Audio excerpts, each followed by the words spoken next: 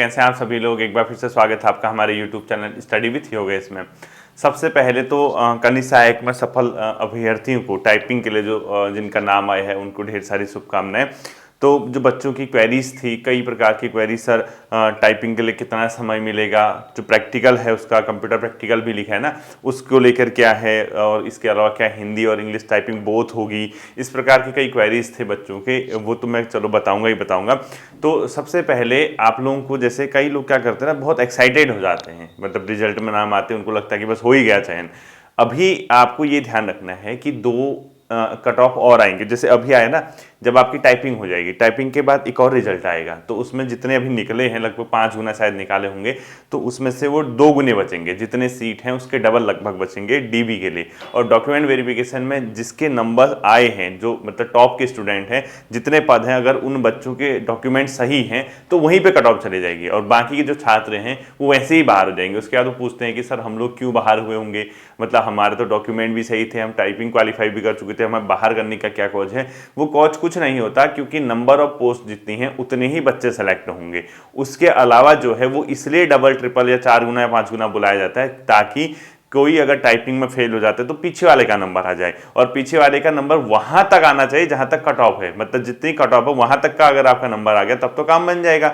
वरना क्या होगा, आप लोग बहुत ज्यादा एक्साइटेड हो गए, क्योंकि देखो थोड़ा सा कड़वा है लेकिन सच है, इसीलिए मैं कह रहा कि अपनी टाइपिंग पे ध्यान दीजिए। टाइपिंग के बाद डॉक्यूमेंट वेरिफिकेशन होगा, उसके बाद अंतिम चयन परिणाम जब आएगा उसके बाद आपको खुशी मनानी है, ठीक है। अभी ठीक है, अच्छा लगता है, पहली बार नाम आया है, पीडीएफ वगैरह जब देखते हैं आप लोग आयोग की, उसमें अच्छा दिखता है अपना रोल नंबर देख के, तो उस चीज के लिए भी आपको ढेर सारी शुभकामनाएं, क्योंकि देखो शुरुआत है, स्टार्टिंग है, कहीं ना कहीं से स्टार्ट होता ही होता है। अभी जैसे हो सकता है कि कई लोग सिर्फ टाइपिंग तक ही नाम आए, फाइनल सिलेक्शन में उनका नाम ना आ पाए, तो उनको निराश होने की जरूरत नहीं है। और कई बच्चे तो ऐसे जिसका टाइपिंग के लिए भी नाम नहीं आया या रोल नंबर नहीं आया, ठीक है। तो ये प्रक्रिया, ये प्रोसेस है, ये चलते रहती है, तो वो हम लोग उसको देखेंगे, उसको बताऊंगा मैं आप लोगों को उसको कैसे क्या करना है। इसके अलावा जैसे जो आपका बीपीडीओ वीडियो है, उसकी क्लासेज आपकी चल रही हैं, 3 क्लासेज आपकी हो चुकी है, चौथी क्लास आपकी या इवनिंग में आएगी या फिर कल सुबह सुबह आ जाएगी, ठीक है। तो उसको लेके, उसको जो एग्जाम है उसको आप 9 जुलाई उसने, क्योंकि एग्जाम की डेट दी हुई है, जितनी जीतोड़ मेहनत हो सके वो कीजिए, क्योंकि जिसका कनिष्ठ सहायक में नाम नहीं भी आया है ना, उसके बीपीडीओ वीडियो के एग्जाम होंगे, यानी जो ग्रेजुएट लेवल का एग्जाम है उन सभी छात्रों का है, यानी जो पटवारी बनेंगे वो भी ग्रेजुएट लेवल का एग्जाम देंगे, जो अपने आप में उसके अलावा पुलिस कांस्टेबल बनेंगे उनमें भी कई बच्चों का ग्रेजुएट लेवल का एग्जाम होगा। इसके अलावा जो फॉरेस्ट गार्ड बनेंगे उसमें भी कई बच्चों का ग्रेजुएट लेवल एग्जाम होगा। कनिष्ठ सहायक जो बन चुके हैं, जो 746 वाला है, या अभी जो ये यूकेपीएससी करा रहा, उसमें भी कई बच्चों का ग्रेजुएट लेवल एग्जाम होगा, यानी यूके ट्रिपल एससी जो करा रहा है। तो सभी बच्चे जो अलग अलग जगह निकल चुके हैं, उनमें से मैक्सिमम बच्चों का यूके ट्रिपल एससी के माध्यम से जो एग्जाम होगा ग्रेजुएट लेवल का, वो एग्जाम होगा। और ऐसे छात्र भी उसमें सम्मिलित होंगे जो इनमें कहीं भी सेलेक्ट नहीं है, यानी बात तो बराबर आ गई ना। वो जॉब के साथ एग्जाम देंगे, कई बच्चे हो सकता है कि बेरोजगारी में एग्जाम देंगे। तो जब आपके पास एक और मौका है, सामने सेम अपॉर्चुनिटी आपकी है कि यार हाँ, हम उसी एग्जाम को दोबारा अपने तरीके से मेहनत करके, हमारे जो साथी निकल चुके हैं उनके साथ फिर हम बैठेंगे एग्जाम में, और हम हो सकता है कि इस बार हमारा सिलेक्शन हो जाए। आपको ऐसा बनना है कि हम इस बार सिलेक्शन लेंगे, ताकि वो भी उसी जॉब के साथ आपका एग्जाम दे रहा, आप विदाउट जॉब दे रहे हो, तो कहीं ना कहीं आपको ये सोचना है कि अगर इसका वहां हो गया तो मेरे पास एक मौका है। क्योंकि लाइफ में आपको मौके ढूंढने होंगे बच्चों, अगर आप बस हाथ पे हाथ धरे बैठे रहोगे तो आपके लिए बहुत मुश्किल क्रिएट हो जाएगी, ठीक है। तो अपनी मेहनत को, अपनी तैयारी को जारी रखिए, उसमें कोई भी आपको ढिलाई नहीं बरतनी है, ठीक है। देखिए क्लासेस मैं करा रहा, मैंने आपसे बार बार कहा है, सिर्फ वन लाइनर के आधार पे एग्जाम देने मत जाना, आप लोग बहुत वहां जाके क्या हो जाओगे, परेशान हो जाओगे, ठीक है। वन लाइनर पढ़ने हैं तो सिर्फ सिलेबस के टॉपिक के वन लाइनर कीजिए, वही आपका टाइम है। बाकी जो आपके नोट्स बने हैं उसके रिवीजन आपको करना है, वही चीजें आपको क्या करेंगी, सफल बनाएंगी। क्योंकि यहाँ आधे घंटे की क्लास से आपको सफलता नहीं मिलेगी, घर के 23.5 घंटे आपने कैसे स्पेंड किए, कैसे किताबों के साथ समय बिताया, कैसे आप लोग डबल मेहनत करते रहे, वो सबसे मेन चीज होती है, ठीक है। इसके अलावा टेस्ट पेपर आप दे ही रहे हैं, देखो 7 पेपर हो तो 6 हो गए, हाँ 6 पेपर हो चुके हैं वीडियो के, 25 पेपर आपके टोटल अभी वीडियो के लिए आएंगे, वो एग्जाम तक आपको आएंगे। हफ्ते में अभी 2 आ रहे हैं, हो सकता है किसी हफ्ते 3 आ जाएं, जैसे आपके एग्जाम की डेट नजदीक आएगी तो नंबर ऑफ टेस्ट 3 कर देंगे, ठीक है। तो आपको उससे भी एक प्रकार का कॉन्फिडेंस जनरेट हो रहा होगा। और टेस्ट को लेकर जो भी संदेह वगैरह होते हैं, हालांकि मैं बहुत ज्यादा समय नहीं दे पाता, आपको मैंने पहले बताया था, तो आपको मैंने एक नंबर दिया था अपना व्हाट्सएप वाला, वहां पे आप लोग पूछ लिया कीजिए, ठीक है। पहले तो कोशिश करना कि आप टेलीग्राम पे पूछो 8375830393, इस नंबर पे आप अगर टेस्ट को लेके जो क्वेरी होती है, कोई क्वेश्चन डाउटफुल होता है, तो इस पे आप अंतिम विकल्प के रूप में इस पे डायरेक्ट मैसेज मत करना बच्चों, क्योंकि मैसेज करोगे ये आप मतलब अनावश्यक रूप से, तो मुझे क्या होता है ना, बहुत ज्यादा इरिटेशन हो जाती है, क्योंकि इतने बच्चे मैसेज करते हैं तो बार बार ये बहुत आपको ना अंतिम विकल्प के रूप में इसको चुनना है जब आपके पास कोई रास्ता नहीं बचता। हाँ, आपको तत्काल रिप्लाई चाहिए या जल्दी रिप्लाई चाहिए तो आप मुझे टेलीग्राम पे मैसेज करना बच्चों। टेलीग्राम पे आप कैसे करोगे मैसेज, कई बच्चों को टेलीग्राम पे मैंने फिर भी बताया, आपको कुछ नहीं करना, आपको स्टडी विथ योगेश आप अगर ग्रुप पे जुड़े हैं, यानी स्टडी विथ योगेश पे जुड़े हैं जिसमें 36,000 मेंबर हैं, 36,400 कुछ होंगे, 500 कुछ होंगे, उस वाले ग्रुप की बात कर रहा हूं मैं, ठीक है। नहीं जुड़े हैं, टेलीग्राम ओपन कीजिए, उसमें सर्च का बटन आता है, स्टडी विथ योगेश सर्च कीजिए, ठीक है, क्योंकि कई बच्चों के क्वेरीज होते हैं मैं जवाब नहीं दे पाता हूं, इसको सर्च कीजिए, इसमें 36,000 से अधिक मेंबर होंगे, इस वाले ग्रुप को आप क्या करिए, ज्वाइन का बटन आएगा या मतलब ज्वाइन कर लेना, फिर आपको मुझे मैसेज करना है। तो जैसे ही आप ग्रुप पे ज्वाइन हुए, इस टॉप पे क्लिक करना जहां पे स्टडी विथ योगेश लिखा होगा, यहाँ पे मेंबर लिखे होंगे 36,400 जो भी लिखे, यहाँ पे क्लिक करना। क्लिक करने के बाद आप जैसे जो पेज खुलेगा उसमें डाउन आना है ऐसे, ठीक है, नीचे की ओर आना, ऐसे फोन को स्लाइड नीचे करना, वहां मेंबर दिखेंगे आपको, कौन दिखेंगे, मेंबर दिखेंगे, और मेंबर में आपको जहां पे दिखेगा एडमिन ब्रैकेट में लिखा होगा स्टडी विथ योगेश, ठीक है, पूरा लिखा होगा स्टडी विथ योगेश, वहां पे क्लिक करना। क्या करोगे, इसमें क्लिक करोगे, पूरी प्रोसेस, ठीक है। फिर आपको एक मैसेज का बटन दिखेगा टॉप हैंड राइट पे, टॉप साइड पे एक मैसेज का बटन दिखेगा, वहां पे क्लिक करना, वहां से आप मुझसे क्वेरी अगर कोई होगी तो वो पूछ सकते हैं, ठीक है।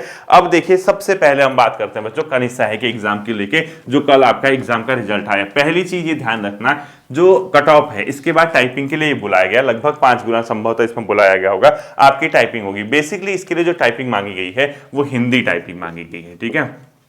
सामान्यतः कौन सी मानी गई है, हिंदी टाइपिंग मांगी गई है, और इसकी जो कीवर्ड है, स्पीड है 4K के समथिंग इसने क्या मांग रखी है, जो स्पीड मांगी हुई है 4000 कीवर्ड पर जो डिप्रेशन है, ठीक है। इसमें क्या होगा, आपको कंप्यूटर दिया होगा, एक पैराग्राफ लिखा होगा, उसी को क्या करना होता है, भरना होता है। वो 10 मिनट का लगभग समय देता है आयोग, और 10 मिनट से आपकी स्पीड पता चल जाएगी। और जो समय मिलेगा कितना मिलेगा, 2-2.5 महीने, 1.5-2 महीने के आसपास से ज्यादा नहीं मिलेगा, जहां तक मैं समझ रहा हूँ, क्योंकि आपके जितनी जल्दी एग्जाम हो रहे हैं, बहुत तत्काल प्रभाव से आपको यूपीपीएससी की तारीफ तो बनती है। इतने तत्काल अगर चीजें हो रही हैं तो अब मानना तो पड़ेगा ही भाई, जो मतलब लगा लो पुलिस कांस्टेबल, फॉरेस्ट गार्ड, पटवारी, कनिष्ठ सहायक, 4 बड़े एग्जाम करा चुका है, 5वां एग्जाम कराने जा रहा है, कोई आगे कोई एग्जाम होगा उसका।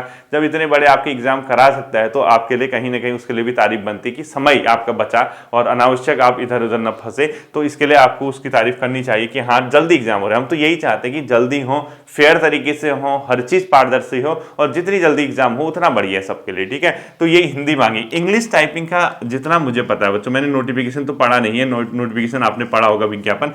इंग्लिश टाइपिंग क्या होगी, ये सिर्फ और सिर्फ उस केस में काम आएगी जैसे आपने इंग्लिश टाइपिंग दी, आप क्वालिफाई कर गए, तो किसी केस में सेम कैटेगरी में किसी बच्चे के 62 मार्क्स हैं, दूसरे के भी 62 मार्क्स हैं, पद बचा है एक, किस स्कूल है, तब केस में संभवतः ऐसा हो कि जिसकी दोनों टाइपिंग है उसको लिया जाए। ये तो क्वालिफाई करना है बच्चों, अगर इसमें फेल हो गए इसमें तो बाहर हो जाओगे, ठीक है, इसमें फेल होना, अगर इसमें फेल भी हो गए तो बाहर नहीं होगे। उसके बाद सिर्फ उस केस में अगर देखा जाएगा इक्वल मार्क्स की कंडीशन में, अगर 2 बच्चे अगर कोई आते हैं उसमें से किसका सिलेक्शन किया जाएगा, वहां पे आपको क्या करना पड़ेगा, थोड़ा सा वहां ध्यान देने की जरूरत है, ठीक है। वहीं पे आपका क्या होगा, चीजें सामने आएंगी। पहली चीज ये ध्यान रखना। दूसरी चीज, कई बच्चों की ये क्वेरी थी कि सर जो ये टाइम है कितना मिलेगा, मुझे लगता है कि 1-1.5 महीने के समथिंग मिलेगा। अब दिमाग में ये क्वेश्चन घुसा है कि सर अभी से तैयारी करेंगे टाइपिंग की तो होगा नहीं होगा, तो आज तक क्या कर रहे थे आप, खुद बताइए। अगर आपने आज तक टाइपिंग नहीं की, जब आपके मार्क्स आ रहे थे तो आपको पता नहीं था कि आज अब टाइपिंग होगी, कनिष्ठ सहायक की हमें टाइपिंग कर लेने से 10-10 मिनट भी टाइपिंग कर लेते तो तब भी आज आपको इतना बर्डन नहीं पड़ता। अब मुझे नहीं पता कि आपने की नहीं की। अब जो ये कह रहे कि 10 नंबर से ऊपर है, हम 5 नंबर से, जैसे ही आपका टाइपिंग का रिजल्ट आएगा फिर आप क्या करोगे, ये कट ऑफ भी देखना 3-3, 4-4 नंबर ऊपर जा सकती है, ठीक है, पहले ही, ठीक है, टाइपिंग में ही। उसका क्योंकि जो मुझे ये लगता है कि इसकी फाइनल कट ऑफ जनरल के लगभग 60 के समथिंग, 60, 59 ऐसे कुछ रहनी चाहिए। जब वो तो फिर आयोग ही जाने कितने बच्चे टाइपिंग पे फेल होते हैं, कितने बच्चों के डॉक्यूमेंट जो है पे प्रॉब्लम आती है, ये तो फिर बात की बात है। लेकिन कहीं ना कहीं जो पेपर था उसके आधार पे मैं कह रहा हूँ, और मैं जो कहूँगा वो 100% सच होगा, ये बिल्कुल मैं नहीं कहता, ठीक है। ये एक प्रिडिक्शन है, एक अनुमान है कि शायद इतनी संभवतः कट ऑफ जाए। अब देखो, एक क्वेश्चन और था कंप्यूटर प्रैक्टिकल को लेके, ये क्या है, आधारभूत ज्ञान, ये कैसा होता है। ये ऐसा नहीं होगा कि आप लोग जाएं, आपको ऐसे खड़े हाथ बांध के आप खड़े रहो, और जैसे आते नहीं था हाई स्कूल इंटर में एग्जाम न आता था, जी गुरुजी, जी गुरुजी, ये है वो, ऐसे पूछ, ऐसा नहीं होता कंप्यूटर प्रैक्टिकल। अगर कंप्यूटर प्रैक्टिकल वो कराएगा तो आप क्या करना, आपको एक कंप्यूटर के आगे बिठाया जाएगा, आपको पेन ड्राइव दी जाएगी, जैसा होता है बेसिकली, ठीक है। अब मुझे नहीं पता कि इस बार कैसे करते हैं, पेन ड्राइव दी जाएगी, ये आपको जो यूएसबी पोर्ट होते हैं उसमें इंसर्ट करना पड़ेगा, और एक पेपर दिया जाएगा आपको। पेपर में वो कहेगा 3-4 क्वेश्चन होंगे इसमें, 4-5 क्वेश्चन, 100 नंबर का होगा संभवतः, क्वालिफाइंग होगा, वो 40 नंबर लाने होंगे उसमें, और वो क्वालिफाई नेचर का होता है, इसके मार्क्स नहीं जुड़ते हैं, पहली बात ये याद रखना, ठीक है। तो ये संभावित है कि वो किस तरीके से हो, देखो आरओ का जो एग्जाम होता है उसमें तो ऐसे होता है कंप्यूटर प्रैक्टिकल, कंप्यूटर का आधारभूत ज्ञान जो बोलते हैं वो इस तरीके से होता है। इसमें कैसे कराएगा, ये जितना मैं समझ पा रहा हूं कि ऐसा होना चाहिए, अब होता है नहीं होता ये पता अब तभी चलेगा, ठीक है। वैसे कंप्यूटर प्रैक्टिकल ऐसे ही होता है, एक पेन ड्राइव देते हैं, उसका एक पेपर मिलेगा, पेपर में जैसे एक क्वेश्चन सपोज एमएस वर्ड से पूछ दिया उसने, ठीक है, ऐसा लिखा होगा कि he is a good boy, कुछ ऐसे एक सेंटेंस लिख दिया, he is a good boy, ठीक है, सपोज एक ऐसा मतलब उसने सेंटेंस लिख दिया, और ऐसे लिखा होगा, बोलेगा इस सेंटेंस को एमएस वर्ड में लिखो, ठीक है। आप क्या करोगे, एमएस वर्ड खोलोगे और एमएस वर्ड में he is a good boy लिखोगे, फिर पहला पॉइंट होगा, ठीक है, इसी का। इसका दूसरा पॉइंट हो सकता है, इसको जो आपने लिखा है इसका साइज जो है 20 पे रख दो, यानी इसको 20 के साइज पे कर दो। तो आपको इस फॉन्ट को सेलेक्ट करके ऊपर एक बटन आता है जिसको साइज बढ़ता है, उसको 20 में रखना होगा। तीसरा पॉइंट हो सकता है कि इस सेंटेंस को बोल्ड करो, यानी डार्क करो, ठीक है। तो आपको वहां पे इस पूरे को सिलेक्ट करके बोल्ड का एक ऑप्शन आता है, उसको बी करना पड़ेगा। चौथा पॉइंट हो सकता है कि इसको क्या करो, स्क्रीनशॉट लेके सेव करो, या जो भी है, मतलब 3 पॉइंट सपोज हुए। तो आप इन एमएस वर्ड के 3 पॉइंट हुए, उसके बाद क्या करना होता है, जैसे आपने 3 कुछ चीज कर ली, ये सपोज 20 नंबर का हो गया टोटल, ठीक है, आपने 3 की 3 क्रियाएं कर ली। अब आयोग को कैसे पता चलेगा, तो आपको एक पेन ड्राइव दी जाएगी, पेन ड्राइव होती है बेसिकली, ठीक है। आप क्या करोगे, इस डिस्प्ले का स्क्रीनशॉट लोगे, स्क्रीनशॉट लेना पक्का सीख लेना, ठीक है, कई बच्चे स्क्रीनशॉट नहीं ले पाते हैं। जैसे आप इसको देखोगे, इसका तुरंत क्या करोगे, स्क्रीनशॉट ले लोगे। जैसे ही स्क्रीनशॉट लेना आएगा तो उस स्क्रीनशॉट का कहीं ना कहीं आपको क्या करना पड़ेगा, उसको फोल्डर पे जहां भी स्क्रीनशॉट गया उसको इस पेन ड्राइव पे सेव करना पड़ेगा। यानी उसमें आप पेन ड्राइव में जब सेव करोगे तो उस फोल्डर का नाम लिख लेना, आंसर ऑफ क्वेश्चन नंबर 1 या एमएस वर्ड, जो भी आप लिखोगे, जैसे भी होगा ऐसे ऐसे। फिर क्वेश्चन नंबर 2 हो सकता है, क्वेश्चन नंबर 2 ऐसे नॉर्मल जनरल क्वेश्चन हो सकता है, बोलेगा आपकी डिस्प्ले पे, आपकी जो डिस्प्ले है वो ब्लैंक हो सकती है, ठीक है, सामने कुछ भी नहीं हो सकता है। या ऐसा कह सकते हैं कि आपकी डिस्प्ले पे जो रिसाइकिल बीन का आइकन दिख रहा है, रिसाइकिल बीन क्या होती है, जहां हम डिलीट किए गए फोल्डर जाते हैं उसको रिसाइकिल बीन बोलते हैं, ठीक है। बोल सकता है कि रिसाइकिल बीन दिख रहा है, इसको आप डिलीट करो और स्क्रीनशॉट ले लो। अब आपको क्या करना पड़ेगा, डिस्प्ले पे रिसाइकिल बीन पे क्लिक करना पड़ेगा, उसको डिलीट करना पड़ेगा, डिस्प्ले से हट गया सब, ठीक है, जो आगे डेस्कटॉप होता है वो हट गया, तो अब आपको पता चल गया हट गया, तो आप तुरंत उसका स्क्रीन का स्क्रीनशॉट लो और उसको यहाँ सेव करो। तो 20 के 20 नंबर हो गए, तो 20 और 20 नंबर 40 नंबर क्वालिफाई हो गए। इसी तरीके से एमएस एक्सेल से क्वेश्चन पूछ, अब देखना ही पड़ेगा कि वो किस लेवल का क्वेश्चन पूछता है, बहुत हल्का होता है। अगर आपको कंप्यूटर का थोड़ा भी नॉलेज है, थोड़ा भी अगर आपको ज्ञान है, तो ये फिर ये प्रैक्टिकल कोई भी फेल नहीं होता है। सब बस इतना ध्यान रखना कि हमें स्क्रीनशॉट लेके सेव करना आना चाहिए, क्योंकि कहीं ना कहीं आपको सेव करना पड़ेगा। अब ऐसा तो है नहीं कि आपके सामने कोई टीचर बैठा होगा, वो आपका प्रैक्टिकल लेगा और आपको देखेगा फिर कहेगा हाँ तू पास हो गया, ऐसा तो होता नहीं है। वैसे आपको उस चीज को स्क्रीनशॉट ही दिलाएगा वो, इसके अलावा कोई विकल्प तो रहता नहीं है। अब क्या पता आप किस तरीके से वो करते हैं, ये जो जितना मुझे पता था इस तरीके से ये चीजें होती हैं, ये मैंने आपको क्या किया बता दिया, ठीक है। अब देखिए जैसे 5 गुना मिला रखा है, कई लोग बहुत ज्यादा एक्साइटेड हो गया, अभी नहीं हुआ, ठहर जाओ थोड़ा सा, ठीक है, थोड़ा सा वेट करो, पहले टाइपिंग देके आओ, टाइपिंग देने के डॉक्यूमेंट वेरिफिकेशन करके आओ, उसके बाद अंतिम रिजल्ट आएगा, उसमें रोल नंबर आना चाहिए, क्योंकि नंबर ऑफ पोस्ट बताया था 400, 450, 500 कुछ होंगी, निकाले कितने उसको काउंट कर लेना। और जो बाहर होंगे फिर मुझसे ये मत कहना सर ये तो इनकी टाइपिंग भी सही थी, ये आपका डीबी भी सही था, इनका डॉक्यूमेंट वेरिफिकेशन, फिर किस आधार पर बाहर हुए,